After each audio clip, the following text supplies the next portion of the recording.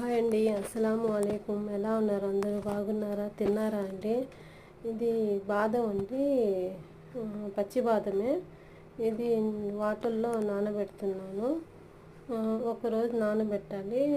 కడిగి వాటర్లో కడిగి నానబెట్టి ఫ్రిడ్జ్లో పెట్టాలండి. అంటే బయట పెడితే పాడైపోతాయి కాబట్టి ఫ్రిడ్జ్లో పెడుతున్నాను నేను.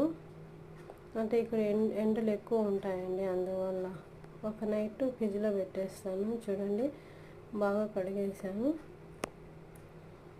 బాదం అండి చాలా హెల్తీవి, బాగా హెల్తీ ఫుడ్ అండి. ఫైబర్ అండి, బాగా డ్రై ఫ్రూట్స్ మంచిదండి, హెల్తీ ఫుడ్. చూడండి, ఇలా పెట్టేశాను. తర్వాత మరుసటి రోజు ఇలా పొట్టు వచ్చేస్తుందండి. చూడండి ఎలా వస్తుందో, పొట్టు ఇలా వచ్చేస్తుంది. నేను దానిపైన పట్టు అన్నీ తీసేసానండి.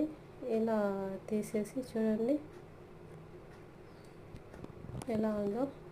మళ్ళీ ఇవి ఖర్జూరాలు అండి. ఖర్జూరా అంటే దీన్ని రతబ్ అంటారండి. అంటే ఇక్కడ ఒకదాని ఒక పేరు ఉంటుంది. దీని పేరు అంటే రతబ్ అంటారు ఇక్కడ. చూడండి, బాదంని పొట్టు తీసేసాను. అన్నీ పొట్టు తీసేసి ఆ ఖర్జూరాలు అవి గింజలు ఉంటాయి కాదండి, ఆ గింజలు తీసేసాను. ఆ గింజలు తీసేసి 2 భాగాలుగా కట్ చేసి అవి బాదం చూడండి, ఆ బాదంని ఆ ఖర్జూరంలో పెట్టి మొత్తం అండి, బాదము ఖర్జూరాలు 2 కలిపి ఎందుకంటే ఇవి కొంచెం తీపి ఎక్కువ ఉంటాయండి. ఇవి రతబ్ కదా, దీని పేరు రతబ్ అంటారండి, ఖర్జూరాలు. ఇవి చాలా టేస్ట్గా ఉంటాయి.